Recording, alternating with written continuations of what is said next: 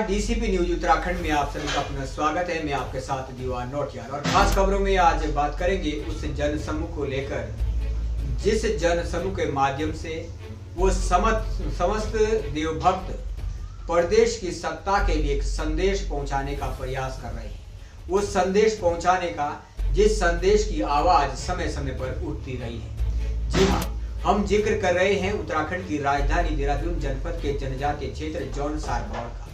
जौनसार बावर जो अपनी अनोखी संस्कृति के लिए देश और दुनिया में जाना जाता है, लेकिन उस जौनसार बावर की धार्मिक यात्रा को लेकर जौनसार बावर के साथ साथ हिमाचल प्रदेश, देवगार, उत्तरकाशी के उन तमाम देव भक्तों की एक मुराद है, जो मनोकामना शायद सत्ता में बैठे सरकार के नुमाइंदे पूरी कर सकते हैं। वो देवभक्त चाहते हैं कि जौनसार बावर की आस्था का केंद्र हनोल को 5वें धाम के रूप में घोषणा की जाए। वो घोषणा तो जनाब सत्ता में बैठी सरकार ही करेगी, लेकिन क्या उस सरकार के लिए इससे ज्यादा कुछ मजबूती के साथ एविडेंस हो सकते हैं? ये वो तस्वीरें हैं जब खत समाल्टा के ग्राम समाल्टा से छत्रधारी चारमासु चालदा महाराज अपने अगले पड़ाव के लिए खत बमठाड़ और बमठाड़ से खत पचगांव के लिए प्रस्थान कर रहे थे और रास्ते में उमड़ा ये जनसैलाब चीख चीख कर कह रहा है कि क्या इन लाखों श्रद्धालुओं की आस्था का सम्मान नहीं होना चाहिए?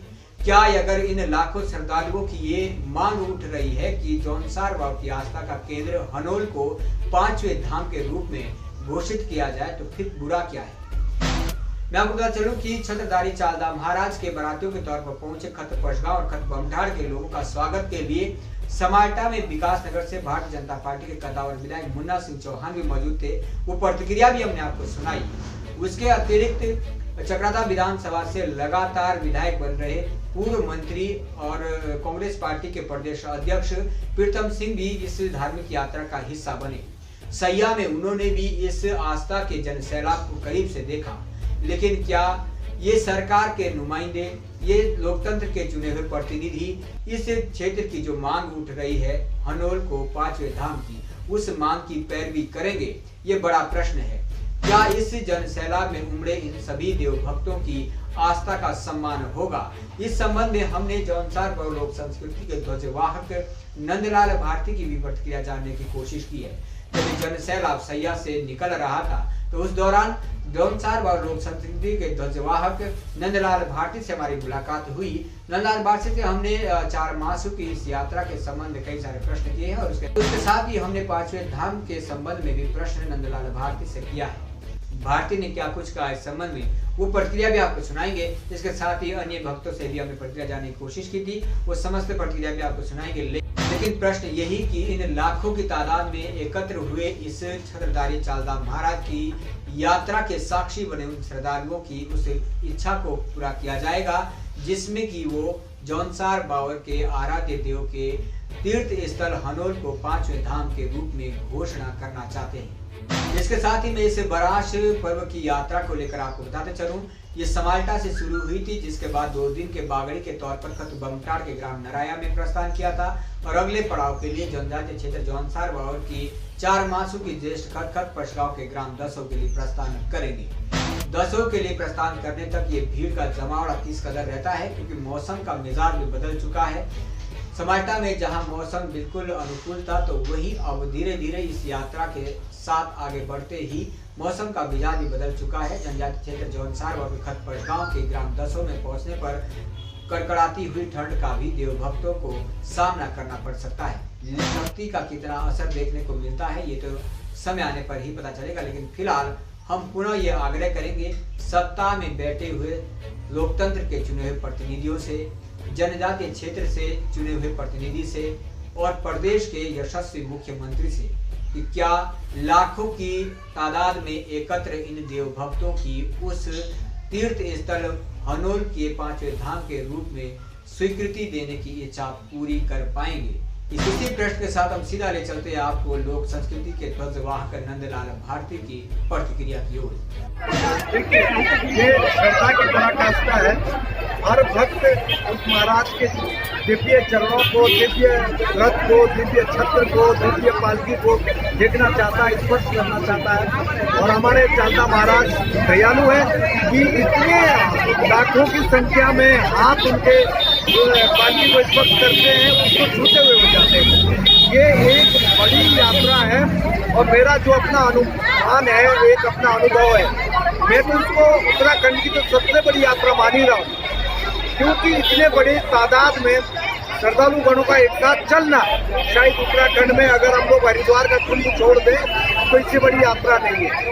ये एक श्रद्धा का और जोनसर और जनजाति क्षेत्र का आध्यात्मिक एक प्रमाण है, एक झांकी है।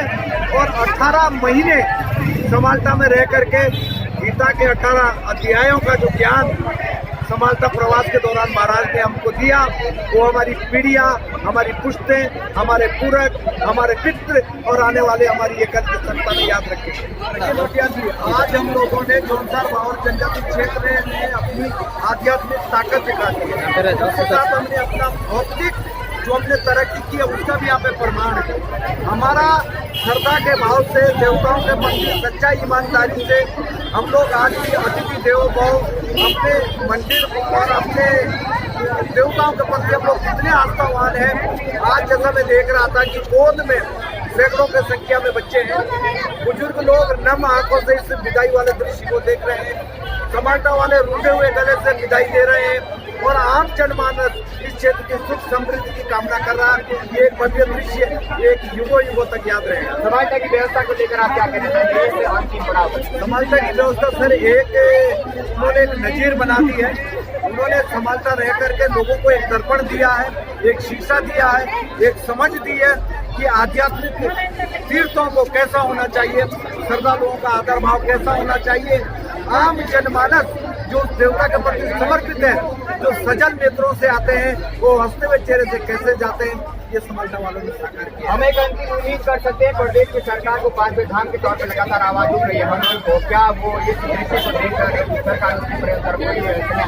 मेरा सर इस मामले में मैं बिल्कुल स्तब्ध हूँ कि यहाँ पे पर्यटन विभाग के तरफ से मैं तो ये चाह रहा था इसको आस्था चैनल जैसे चैनल इसको शूट करते हैं। आज ये विश्व स्तर पर हमारी झांकी जाती, आज देश और दुनिया इस अनुपम अनूठे धरोहर को हमारे देखते हैं, लेकिन हमारे आप जैसे जो निजी है, मैं आपको बधाई देता हूँ। मैं डीसीपी न्यूज को दिल से आभार व्यक्त करता हूँ कि आप इस युगों के इन पलों को कैद करके आम जनमानस से रूबरू कराएंगे, लेकिन सरकार की तरफ से आधा पड़ा हो गया, कुछ मेरे को अभी तक दिखा नहीं।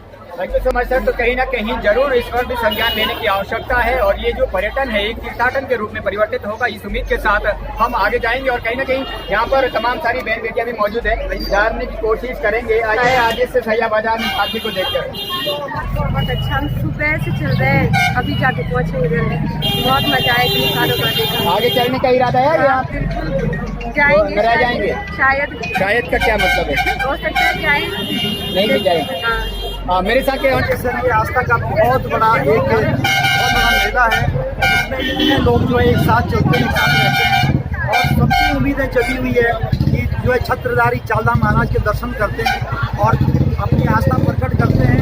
और इतने सारे किसी प्रकार का कोई भेदभाव नहीं, कोई खाना प्रसाद नहीं, बिना कोई सिक्योरिटी के, बिना कोई किसी उसके जो है चलते रहते हैं। तो ये बहुत ही सुंदर एक यात्रा है। चालधाम महाराज का आशीर्वाद सभी को जोनसर बावर को फले फूले, हम तो ये कहना चाहते हैं। आज की खास खबर में फिलहाल इतना ही। आज के लिए बने रहेगा डीसीपी न्यूज के साथ, तब तक के लिए हमें दीजिएगा इजाजत। नमस्कार।